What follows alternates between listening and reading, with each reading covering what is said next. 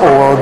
Nakita ko na kasi na parang, okay, ito yung setup namin. I have to help out sa bahay. I'm an only child. So at that point, alam ko na okay, as early as pwede, kailangan ko na magtrabaho so I can help out.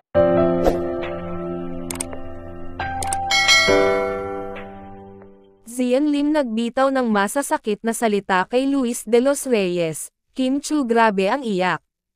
Sadyang kapana-panabik nga ang ilang pangyayari sa buhay ng magkasintahang si Kim Chiu at Zian Lim. Napapabalita nga na may anak si Zian Lim sa isang artista na pinangalanan na si Luis de los Reyes. Halos ikinagulat ito ng marami dahil hindi nila sukat akalain na magkakaroon ng third party si Zian Lim. Kung mababalikan natin sa tagal na ng relasyon ni Zian Lim at Kim Chiu ay ngayon lamang nagkaroon ng gulo sa pagitan ng dalawa. Kaya't samot-saring mga komento ang binabato kay Zian Lim ng mga netizen lalo na at kumakalat na may anak sila ni Luis de los Reyes. Pinabulaanan ito ng pamilya ni Zian Lim ngunit matapos tanungin si Zian Lim ay hindi niya umano itinanggi.